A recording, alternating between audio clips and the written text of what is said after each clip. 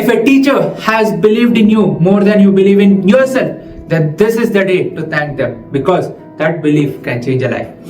Teacher ಅಂದಿದ ತಕ್ಷಣ ಒಂದು ಸ್ಕೂಲ್ಗೂ ಒಂದು ಕ್ಲಾಸ್ ರೂಮ್ಗೂ ಅಷ್ಟೇ ಸೀಮಿತವಾಗಿರಲ್ಲ. ಎಷ್ಟೋ ಜನ ಟೀಚರ್ಸ್ ನಮ್ಮ ತಂದೆ ತಾಯಿಗಳ ಸ್ಥಾನದಲ್ಲಿ ನಿಂತು ಅಷ್ಟೇ ಪ್ರೀತಿ ಅಷ್ಟೇ ಕಾಳಜಿನೂ ತೋರಿಸಿರ್ತಾರೆ. ಅಥವಾ ಒಬ್ಬ ಅಣ್ಣನಾಗೋ ಅಕ್ಕನಾಗೋ ಅಥವಾ ಒಂದು ಬೆಸ್ಟ್ ಫ್ರೆಂಡ್ ಆಗೋ ನಮ್ಮನ್ನ ಗೈಡ್ ಮಾಡ್ತಿರ್ತಾರೆ. ಸೊ ಅಂತ ಶಿಕ್ಷಕರಲ್ಲಿ ಎಷ್ಟೋ ಜನ ಶಿಕ್ಷಕರು ತಮ್ಮ ಇಡೀ ಜೀವನನೇ ವಿದ್ಯಾರ್ಥಿಗಳಿಗೋಸ್ಕರ ಶಿಕ್ಷಣಕ್ಕೋಸ್ಕರ ಮುಡಿಪಾಗಿಟ್ಟಿರ್ತಾರೆ. ಹಗಲು ರಾತ್ರಿ ಅಂತ ನೋಡ್ದೇನೋ ದುಡಿತಿರ್ತಾರೆ.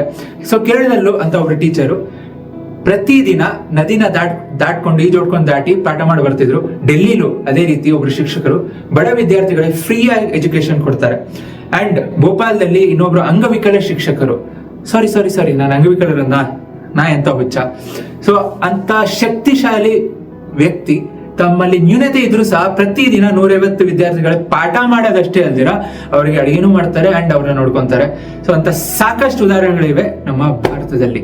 Somewhere in India right now, there's a single line of chalk that is turning into a launch pad, that is igniting minds and that is giving wings to fly. That's the power of a teacher. So, ನಿಮಗೂ ಸಹ ಅಂತ ಶಿಕ್ಷಕರು ಯಾರಾದ್ರೂ ಗೊತ್ತಿದ್ರೆ comment ಮಾಡ್ರಿ, ಸಾಧ್ಯವಾದ್ರೆ ಅವ್ರನ್ನ tag ಮಾಡ್ರಿ, and this is the place to thank them. On this Teachers Day, let's celebrate the lessons what we have learned from them. From me and everyone at Simplified Minds, a very happy Teachers Day.